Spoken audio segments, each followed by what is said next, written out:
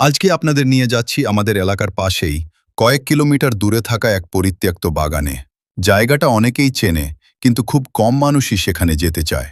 কারণ সেখানে পৌঁছাতে হলে পার হতে হয় নানা রকম বাধা, কাদা পথ, ঝোপঝাড় আর সবচেয়ে ভয়ঙ্কর সেই বাঁশের সরু সেতু।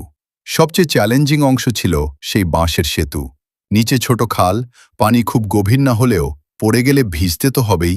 ছোট ভাইরা একে একে সেতুর ওপর উঠতে শুরু করলো। কেউ ধীরে ধীরে, কেউ আবার ভয় সামলে সাহস করে এগিয়ে যাচ্ছে।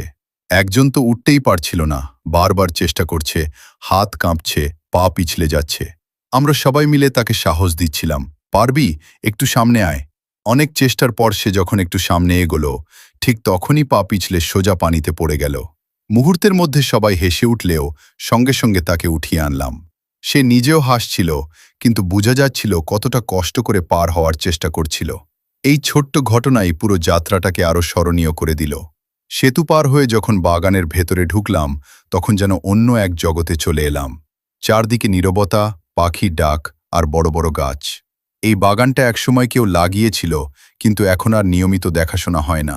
তবুও প্রতি বছর এখানে নানা রকম ফল ধরে। বড়ই গাছগুলো ফলের ভারে নুয়ে আছে। বেল গাছের নিচে পড়ে আছে পাকা বেল। খেজুর গাছগুলো লম্বা হয়ে আকাশ ছুঁয়েছে। পেয়ারা গাছেও টাটকা সবুজ পেয়ারা ঝুলছে। আশ্চর্যের বিষয় হলো, এই গাছগুলো কেউ যত্ন না নিলেও নিজের মতো করেই বেড়ে উঠেছে, ফল দিচ্ছে, মানুষ খাচ্ছে। এখানে সহজে কেউ আসে না, হয়তো পথের কষ্টের কারণেই। তাই বাগানটা এখনও অনেকটা প্রাকৃতিক অবস্থায় আছে।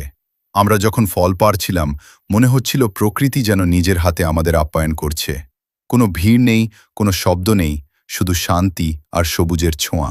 এই জায়গাটা আমাকে একটা কথা শিখিয়েছে, সব সুন্দর জিনিস সহজে পাওয়া যায় না। একটু কষ্ট, একটু সাহস আর একসাথে থাকার আনন্দ,